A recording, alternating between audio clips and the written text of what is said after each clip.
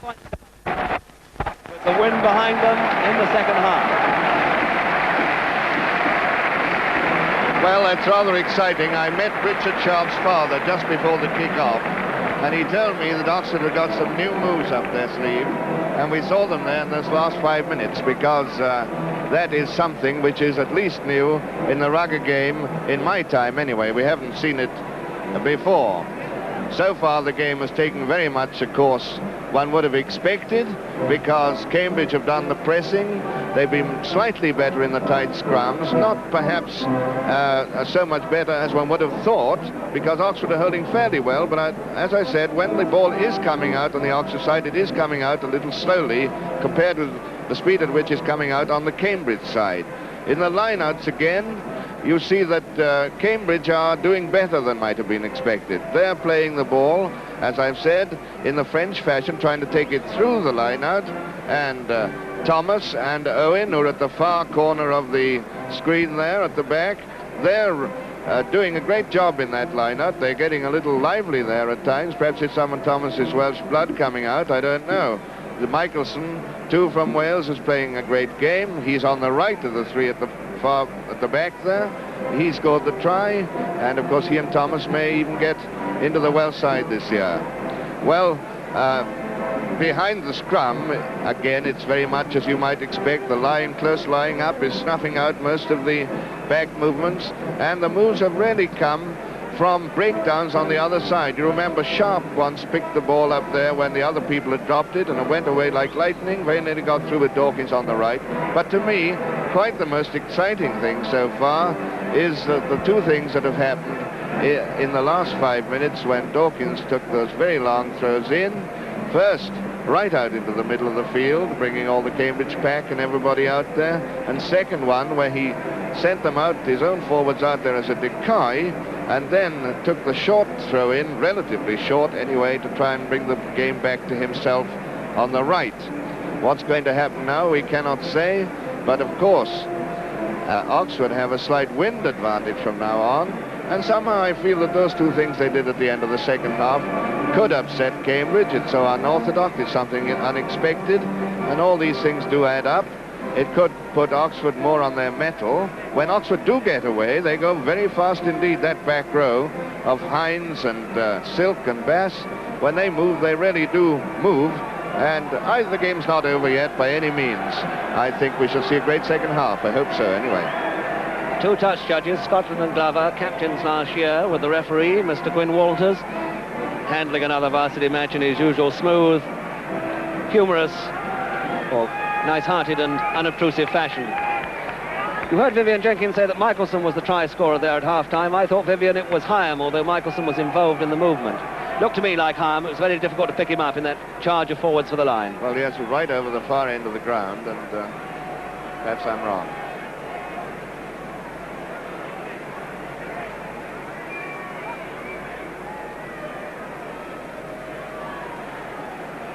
Just wondering what the delay is for. We're waiting for the band to disappear down the steps. And also, the Cambridge man just leaving the field.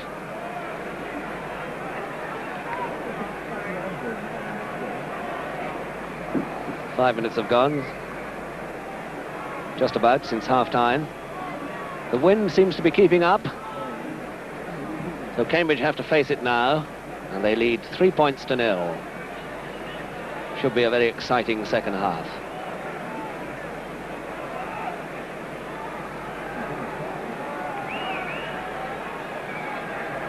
Here comes Drake Lee. There he is from Stonyhurst, freshman. Cambridge tight head prop. We're all set for the second half, and it's Waddle to kick off.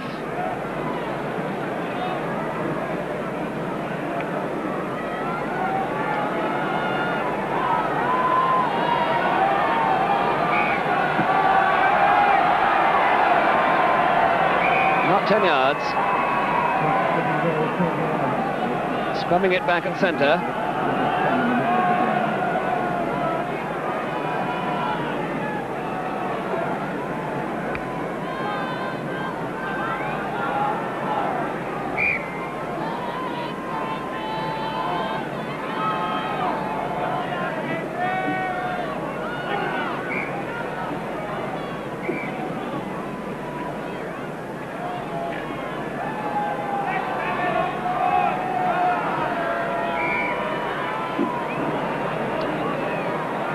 Penalty to Cambridge.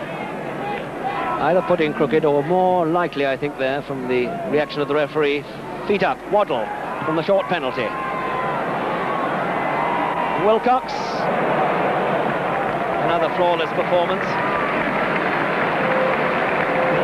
Wilcox playing a grand game, isn't he? He hasn't dropped a catch yet, and he's had that nasty crack at the same time. I think almost the best man in the match so far.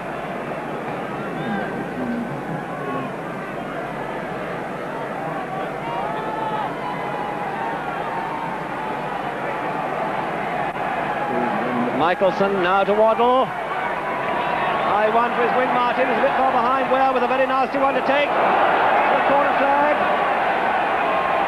And Ware certainly relishing the fight. Spirited campaigner.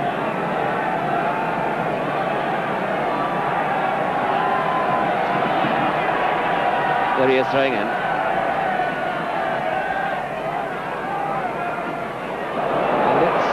Martin going right into the ruck.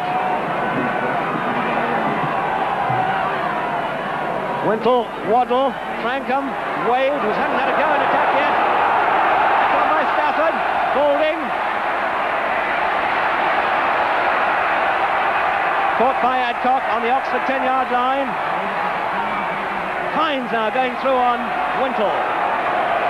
This is really sturdy stuff. Referee letting it ride. Michelson to Collier, and a line out on the Oxford 10-yard line.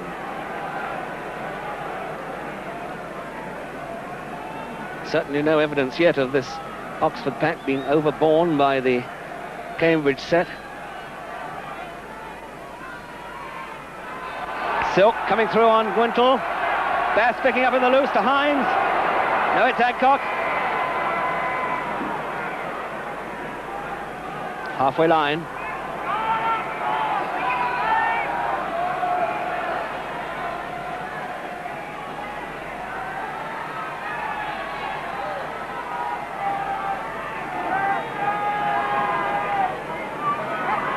Waddle.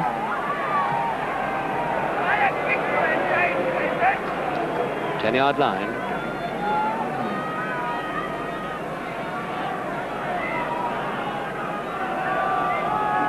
I think Waddle might have given his centre and wing a run there, don't you? Yes, I do indeed. Wade so far has had no chance in attack at all. Seen occasional flashes of his co-centre Frankham with a run.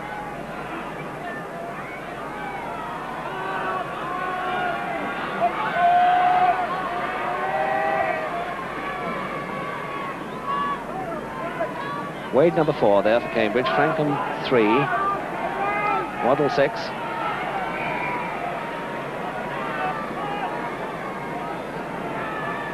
Penalty to Oxford. Wilcox taking it. It's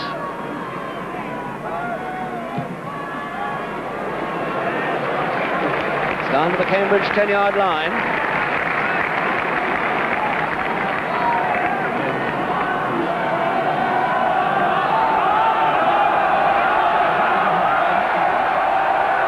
Their own ball at the line out on their own 10-yard line. Here are the Cambridge threes lying right up flat.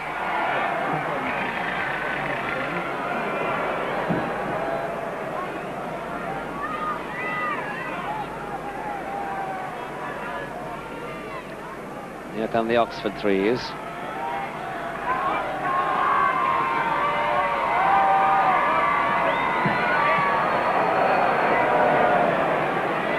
Wilcox, but it's in touch. Wilcox from a kick by Waddle. Back to the Oxford 10-yard line. We've had 5 minutes in the second half and the score Cambridge 3, Oxford 0.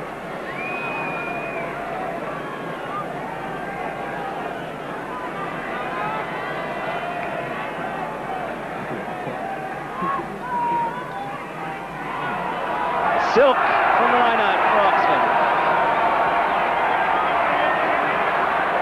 Waits coming through on Wintle. Sharp. Stafford.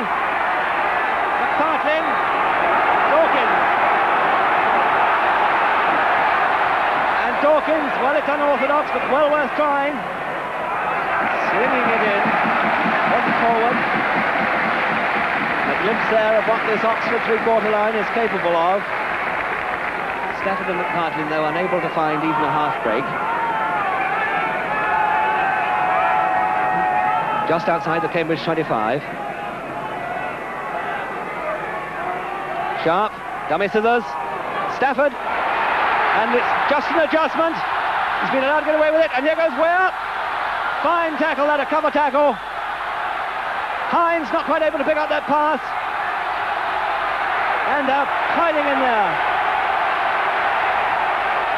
I think the whistle's got to go. Well, if Cambridge had the first quarter of the match, it's Oxford very much looking the likelier side hereabouts.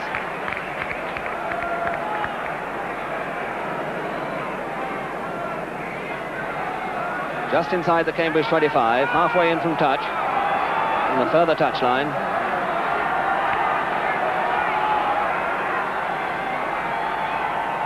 Never in.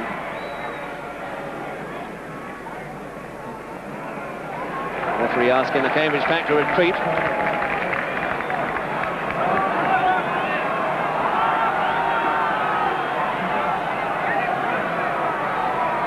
That's a good bit of refereeing there to make that lot come back to the right place for the scrum. Do you notice that?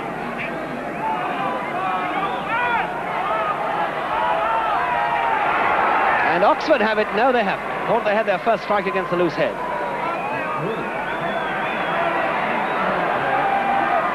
Waddle.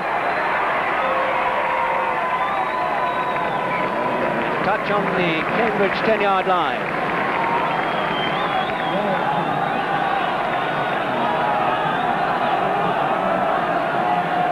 Possession is what we want. The Oxford backs must be saying this.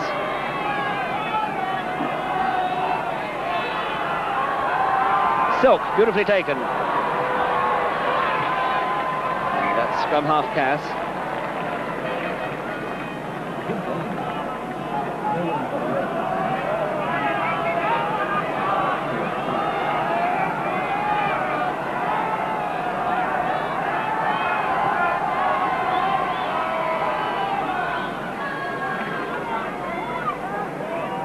Number 6 is Silk for Oxford. Seen a great deal of him in the open play. And Hines, number 8. Fine performance by this Oxford back row, as they say today. It isn't really the back row. 6 and 7 are the flankers in the second row. Number 8, of course, is on his own. Sharp. Was it a knock-on? He's got out of trouble, but the whistle has gone for a knock-on by the Oxford fly half.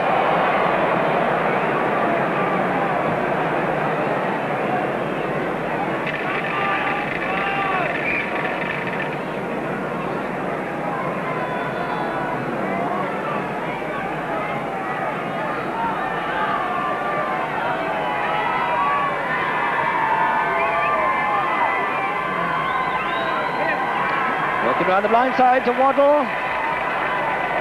The line out on the Oxford 10-yard line. Looks very much now as if Cambridge intend to sit on their lead, if they possibly can, through the power of the pack. Lie to their halves, and Waddle's boot.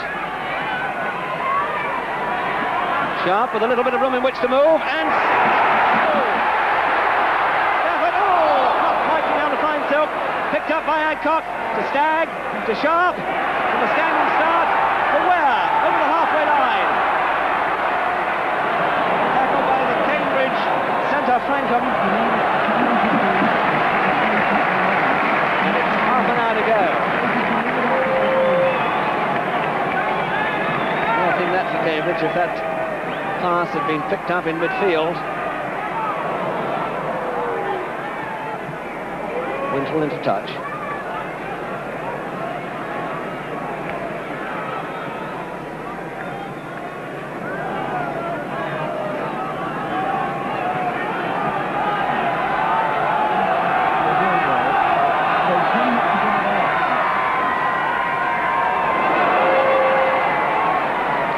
Silk underneath it, to Stafford again.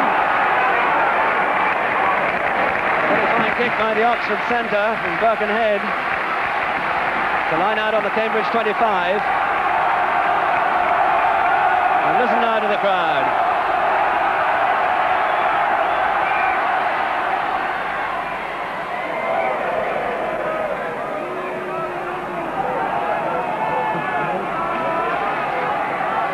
Now, can Oxford get the heel? They can indeed, very swiftly. Sharp to Dawkins. It was a forward pass.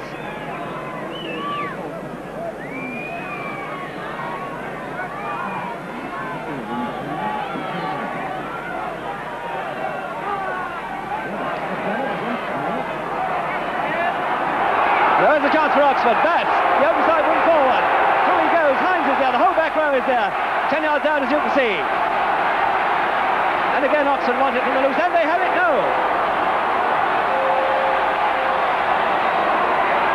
Wilcox over the halfway line. And under pressure, magnificent kick.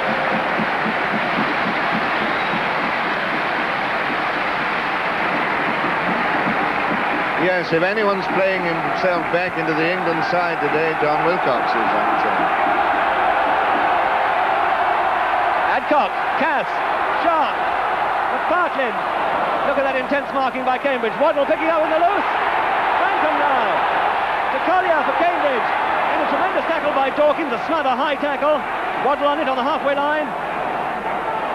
Wade, Frankham again, just inside his own half. Out to Martin. Ware gets him. Side of Bass. Looks like a forward pass. And it was. Very exciting thereabouts.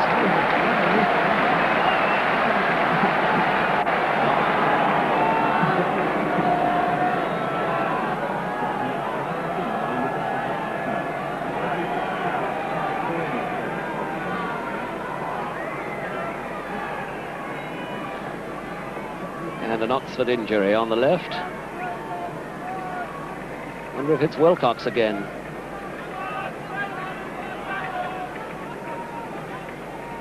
Yes, it is. That wasn't for Stafford.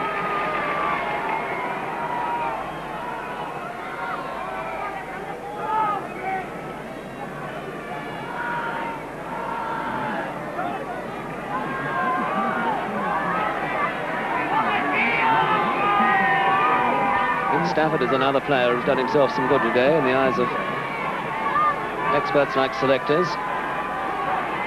Pretty swift runner, Waddle.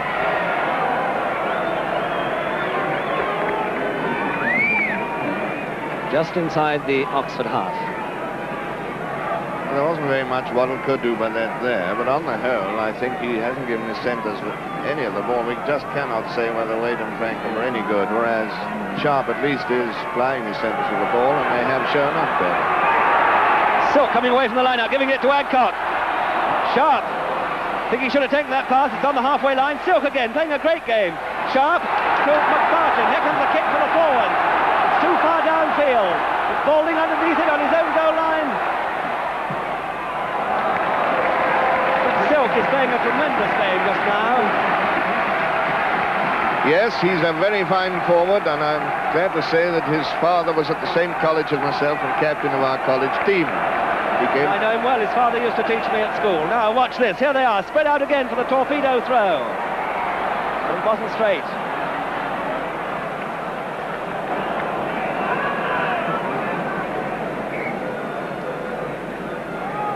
It's rather amusing having to have a scrum 10 yards in, or whatever it is, when he's thrown it about 40. A quarter of an hour gone. Cambridge still leading by that single try late in the first half.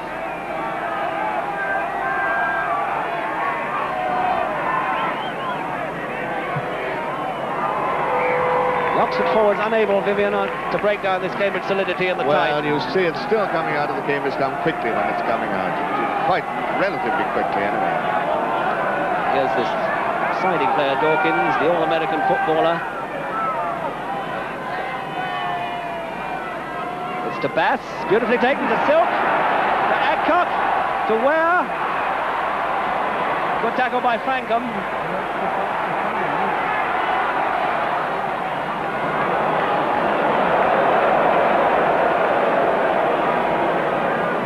And Silk, number 6 there, not looking too pleased about something. See, Oxford did a peel off that time in the line-out. But in fact, they lost ground. Very nearly came off there.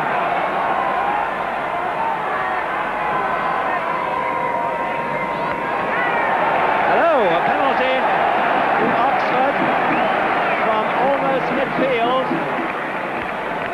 The wind still keeping up behind the back of their captain Wilcox. And this must be accounted a very good chance for Oxford to draw level. Just about 40 yards, I would say.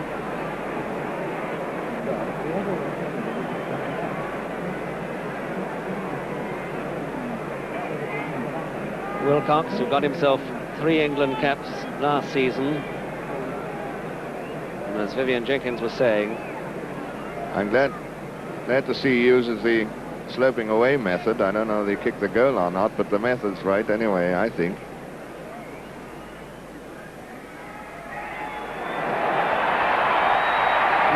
No, not quite.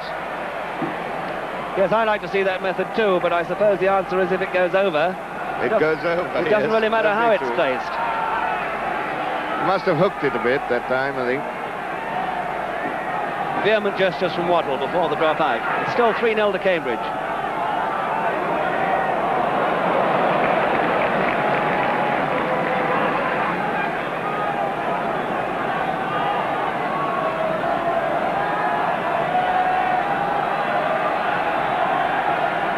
Peeling off again, pass. Silk. Sleight of hand by this Oxford back row. There's a knock-on.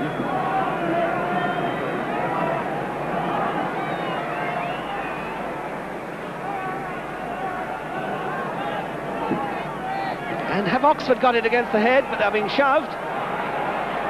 They're being shoved. Where? Kicking down to the 25 to Balding.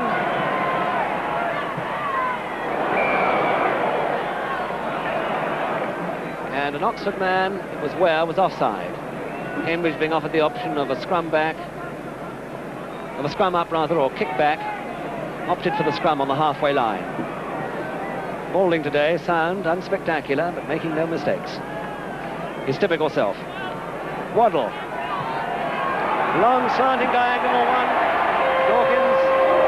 No, picked up by Varsity. And Wilcox coming in for the tackle. Is it a try by Wayne or a touchdown by Dawkins? Oh! Inches must have decided it. And again it would have been one right out of the bag for Cambridge. Very much against the run of the current play. Sharp dropping out. Martin underneath it. Sharp gets his man. Collingwood as well.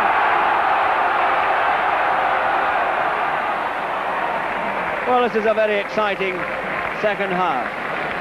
Well, that was touch and go. I think we may hear more about that thing in the corner, don't you? But anyway, so that the referee's in doubt, he has to give it to the defending side. It was a very close thing. Very close indeed. That was Stagg. Nicely back, Sharp. A long high kick for Dawkins, coming up on Bussey. And, oh! Dawkins tipping it into touch. We're now in the fourth and last quarter of the match. 20 minutes to go, and a penalty has been awarded to Cambridge for Dawkins there tipping the ball with his hand into touch. Waddle. Back into touch.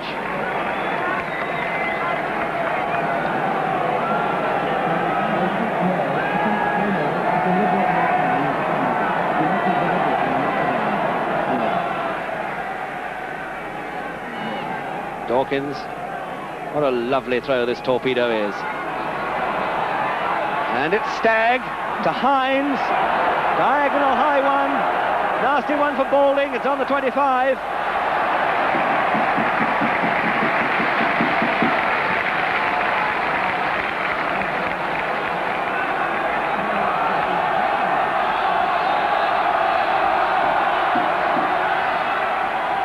And now Oxford are getting it. Sharp, a drop goal attempt. Oh, a magnificent drop goal by Sharp. Outside the 25-yard line. Well, Twickenham now really struck a light. And we're in for, I think, a tremendous last 20 minutes. 3-all. And I must say, Vivian, I think that Oxford have played well enough to deserve it. Well, Cambridge have got the solidity, but I think all the flair is coming from Oxford, don't you? And of course, that's a typical shaft from sharp, as you might say. What a wonderful kick. Oh, watch those Cambridge forwards going in. Cass into touch on the Oxford 10-yard line.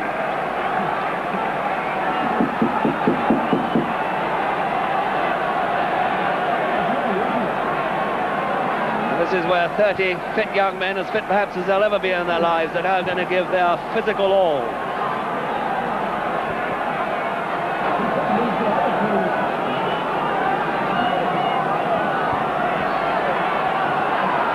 Now Oxford possession again. Kick for Dawkins. Nasty one again for Balding. And Dawkins has it. Silk. Sharp. Oh, sleight of hand, forward pass, only fractionally surely. Cartman there with it now.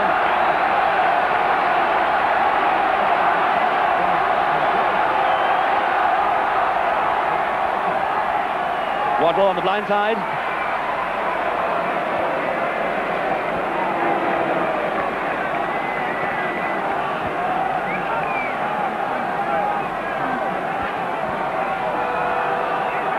For the second time in just over a decade, we have a Varsity side coming here unbeaten, but touch and go.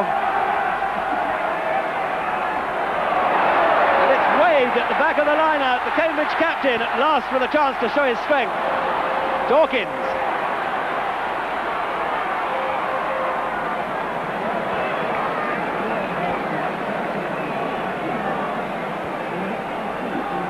Dawkins obviously doesn't know his own strength. Going a bit too far that time.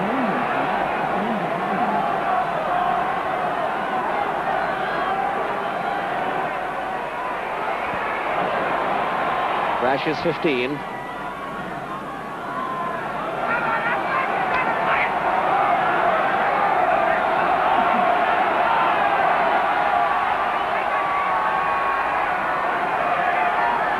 Wintle to Waddle on the halfway line. And it's not in touch. The infallible Wilcox.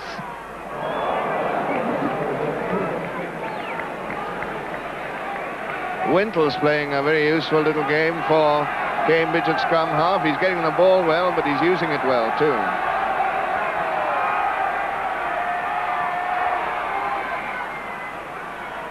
And the score 3-all with 19 minutes to go.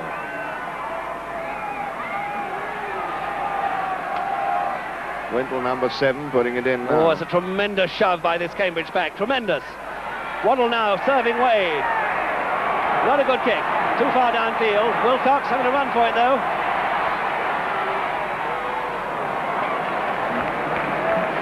Wade, I think, aiming that one a little more diagonally for his wing.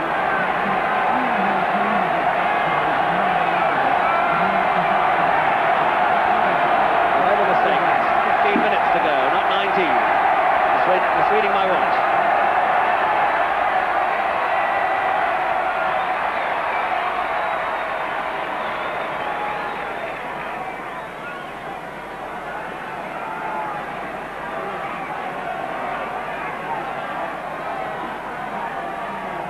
Cambridge man hurt at the back of the line out. I think it's Collier.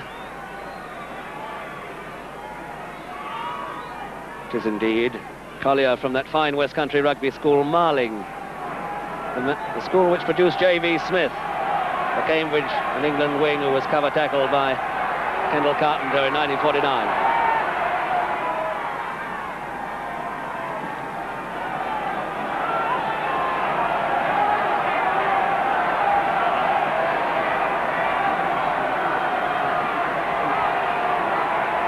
Oh, this is great shoving by Cambridge. Waddle.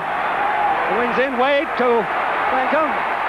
And Bussey. Oh, Dawkins not quite able to pick that up. Hines.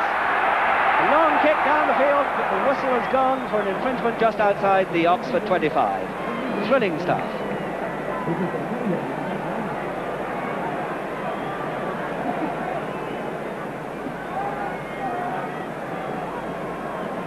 That was quite a chance to see Cambridge three-quarters get the ball that time, and they can be dangerous if they get it.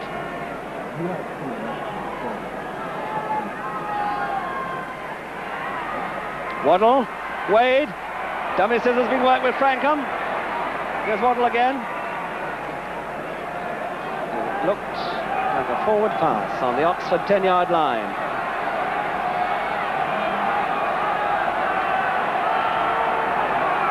Now, can Oxford hold up against this tremendous shove?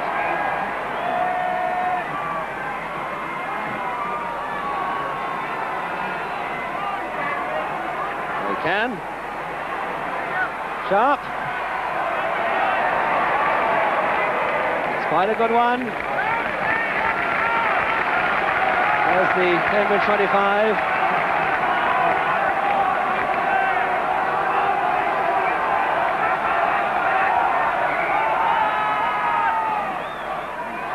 This is Bussey.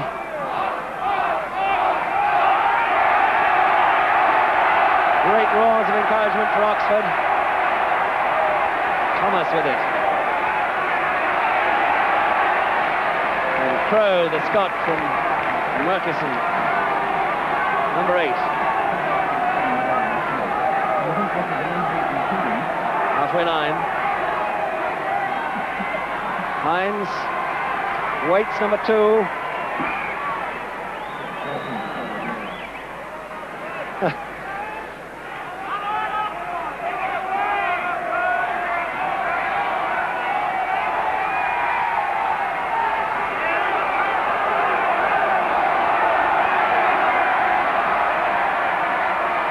Cast to Sharp, and almost, no, not quite. Tremendous cover tackling by Cambridge.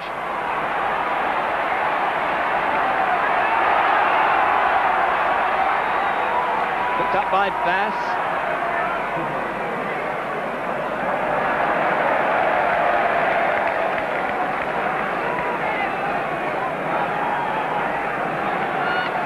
This is where the stamina begins to tell from now on, and all this scrummaging. I wonder what we've done the Oxford pack. They're sticking it very well, I think. I was just thinking the same.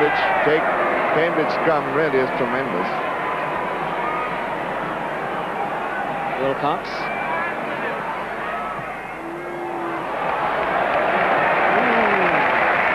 Beauty. Back inside the Cambridge half. Yes, stamina will now tell. Speed, the tempo is really something.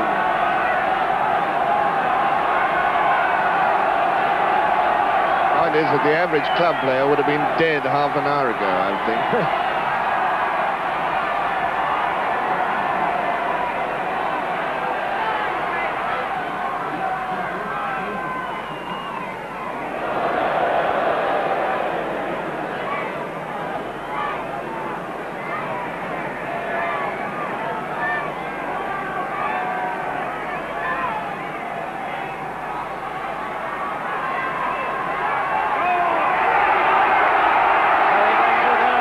For Hooker. 10 minutes to go. And that's a timely fall. And here goes Bass of Oxford, picked up by Frankham. And a saving piece of play by the Cambridge centre. Frankham, number 3. 10 minutes to go, 3 points all. In as exciting a second half of a Varsity match as I can remember. This is Ware again.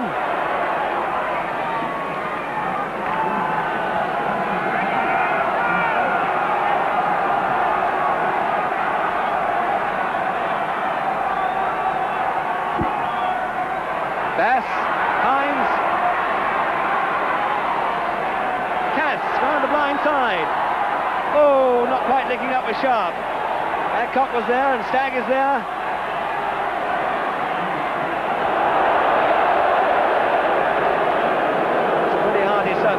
beyond our view.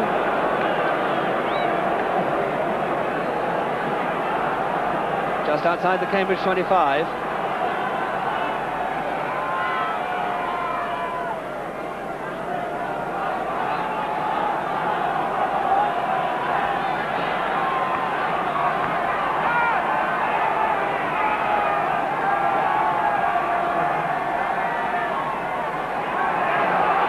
Sharp trying another drop shot, charged down by Waddle. Waddle coming up on Wilcox. Oh, it's a great chance, Frankham. Stafford is there. It's Frankham or Stafford. And it's a try, I think. It's Frankham.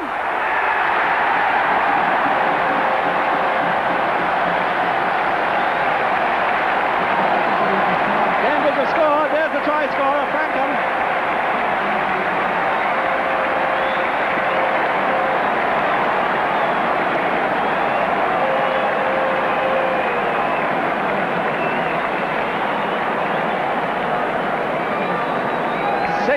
To Cambridge with about 8 minutes to go. Try scored by Frankham. Sharp's attempted very long drop shot at goal, charged down by Waddle. And this is Michelson, who 5 or 6 years ago when he was at Clifton was a wing three-quarter and then was turned into a forward, first at the wing side and then a number 8. It should be 2 points more.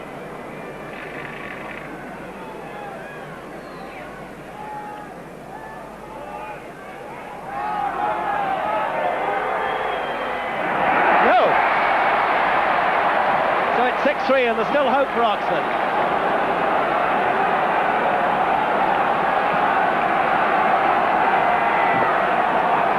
Yes, well, that's the luck of the draw, isn't it, Peter? You try to drop a girl from one end and they score try at the other end. Still kick.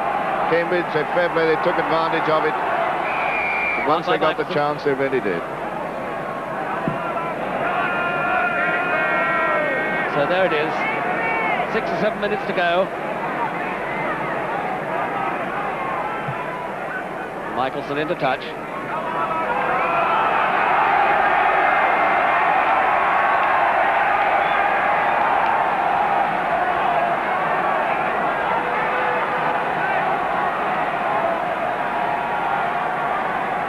Bass again. Silk. Hines. Stafford. Oh! Hines again. Cass is badly hurt. Cass quite nastily hurt on the 10-yard line. I think he got a boot in the face by accident. Wilcox in rare trouble on his 25.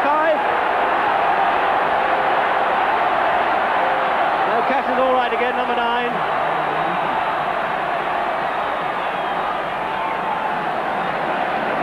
And it's a line out. 20 yards out from the Oxford line.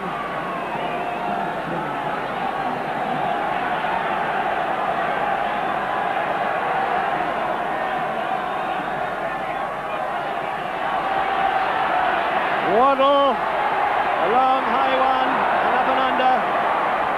Dawkins. Whistle's gone for a knock-on. Still on the 25.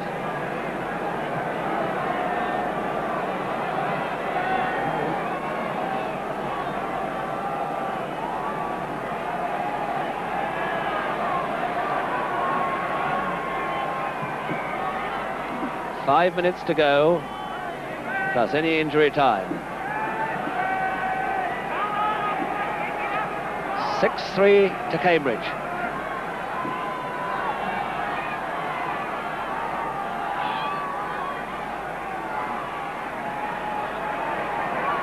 Waddle now put down by Sharp, right in front of the posts.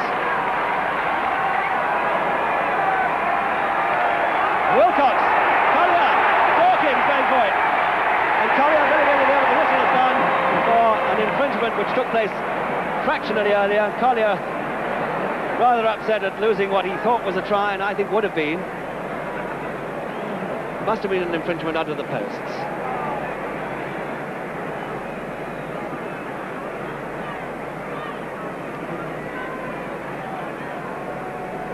Four minutes to go.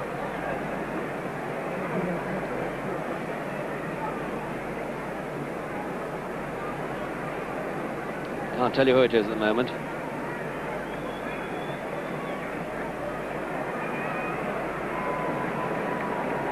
Cass, number 9, is all right at the back. There he is on the left. Thought for one moment he got a boot right in his face.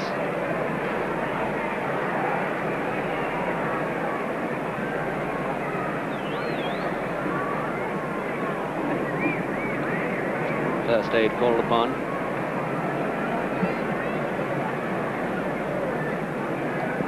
Well, Vivian, well, the Sands are running out, obviously, and Cambridge are attacking there. Anything could happen, but it's most unlikely to happen at this stage, I would think. Can you remember a more exciting second half than this? I don't think so, because I think there's a great feeling here for Oxford as being the underdogs, and they did so well, but however, things haven't gone their way. 6-3, Cambridge lead, 3 minutes to go, plus injury time. At least 2 minutes, I'd say.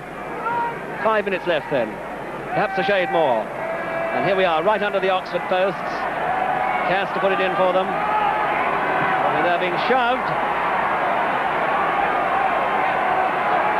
And it's Collier trying to pick it up, and he has got it.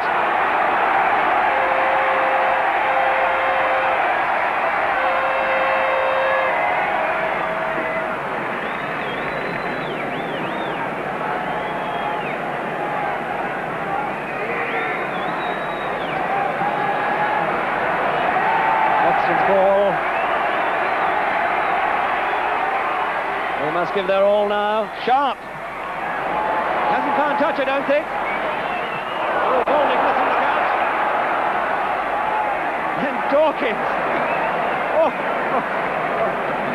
And a friendly rub on his hair to finish off. 2 minutes to go.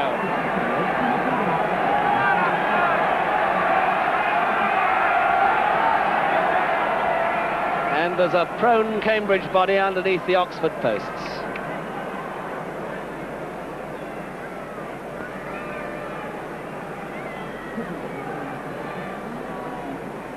There he is, now we can tell. It's number 9, Hyam, the hooker.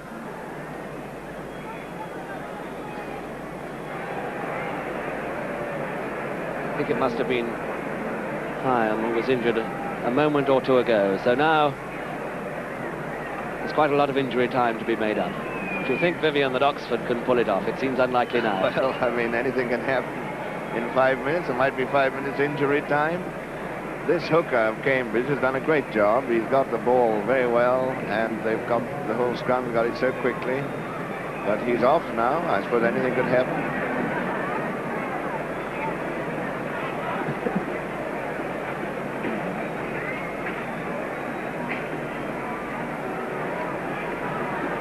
What's this? Well, that's Dawkins, number 14, going up to find out what it's all about. I think he's had I wish they'd done a bit more of that long throw in. I think that might have paid them almost to do it very nearly every time. Curry coming up, the Oxford pack leader. I think the Oxford pack put up a very good show. He's certainly a good leader. An absolute squad of ambulance men and doctors and all sorts of people coming on now. I think that must be the rugby union doctor or honorary medical advisor. Oh dear. Stretchers coming out now. Well, this is very sad. 40 minutes have gone since half-time. We're in injury time now. We think about 5 minutes probably to go. Well, it will give one last chance to Oxford if the Cambridge hooker has to leave the field. All this is very disturbing for the players. It's hanging about. You work up to this tremendous crescendo, and now they're just wandering about the field. It's most unfortunate, really. Sharp, number 10 there. Well, I think he's had a grand game, really. He's always looked the man who's most likely to do something really big, but of course the marking is so terrific in this match that you can't expect to see people running all over the field in brilliant movements. This tackling is absolutely do or die tackling, and it's very hard to do anything absolutely brilliant. Great cheer for Hyam. If he's dead, he certainly won't lie down. He's going to see it out. So here we are, just outside the Oxford 25. 4 or 5 minutes perhaps to go. And it's Thomas bullocking his way through there, the Welshman from Neath. 6-3 to Cambridge. 2 tries out of the blue, but at least they've crossed Oxford's line twice. Oxford haven't crossed Cambridge's. A drop goal by Sharp from a line out. Bussey for Cambridge.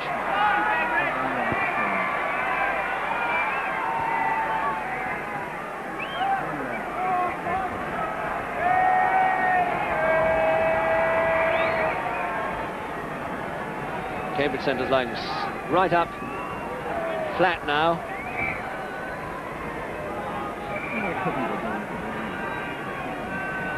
He's give a bit Oxford, says the referee.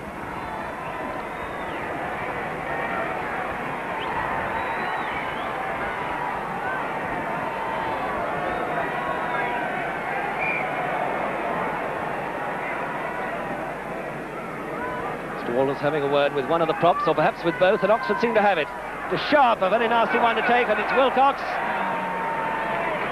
A yard or two gained. Difficult for Oxford to launch an attack from this position.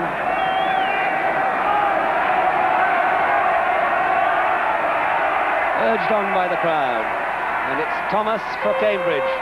To Wintle, to Waddle. And Waddle putting it back into touch. Wilcox thrusting a foot over the line. And we've now had 3 minutes of injury time. I wonder whether Dawkins might try a long one to Ware, who's almost unmarked behind the line out. Not quite. Oh, it's picked up by Brash. Slipping it inside to Collier. No. Yards out from the goal line. Wintle to Waddle, he's going to try a drop shot, and he's got it. That's it, it must go. It's 9-3.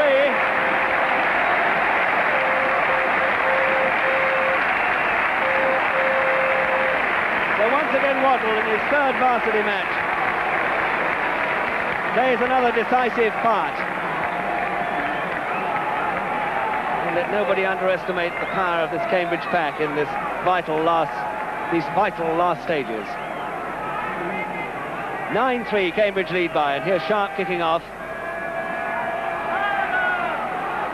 Michelson, a mark. Indeed it is.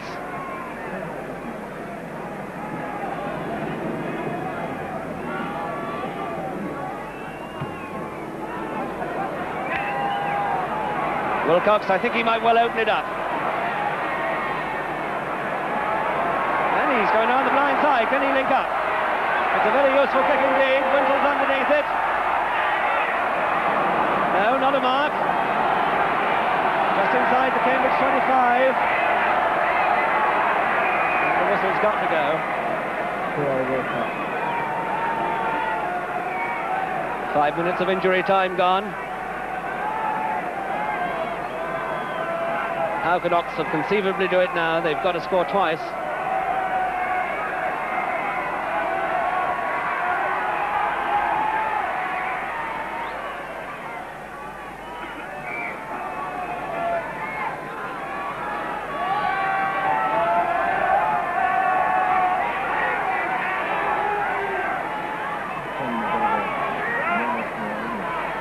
Just imagine every fervent Oxford supporter saying, get it in, get it in.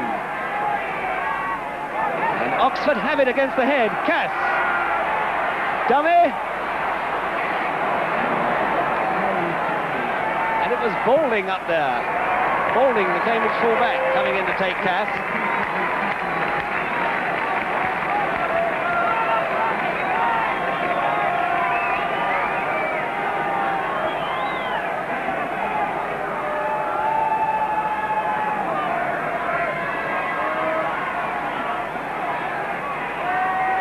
Minutes of injury time gone. Sharp now. Ware. And Ware almost away. 25, an interception by Waddle, out to Martin. Here goes Wilcox.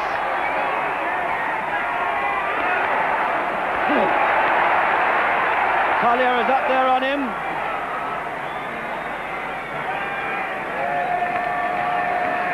And I underestimated the amount of injury time remaining. We've now had nearly 7 minutes of it. Adcock, Sharp. Testing Balding just inside his own half. Lovely catch. It's in touch, and it's there. It's no side. Cambridge, the favourites, have won this 80th university match by 9 points to 3. But my word, Vivian, I think we can say the losers have contributed handsomely to a thrilling afternoon. I think it's been a wonderful match. Cambridge have deserved to win. It's a great record. They've gone through all the season, still unbeaten, and they certainly deserved it. They took their chances when they came, 9 points to 3. But I do think Oxford, too, deserve a lot of marks because they really tried everything they had. They didn't have the luck, perhaps, but I say the bludgeon beat the rapier, to sum it up as succinctly as I can. And Cambridge power beat the Oxford potential brilliance behind the scrum.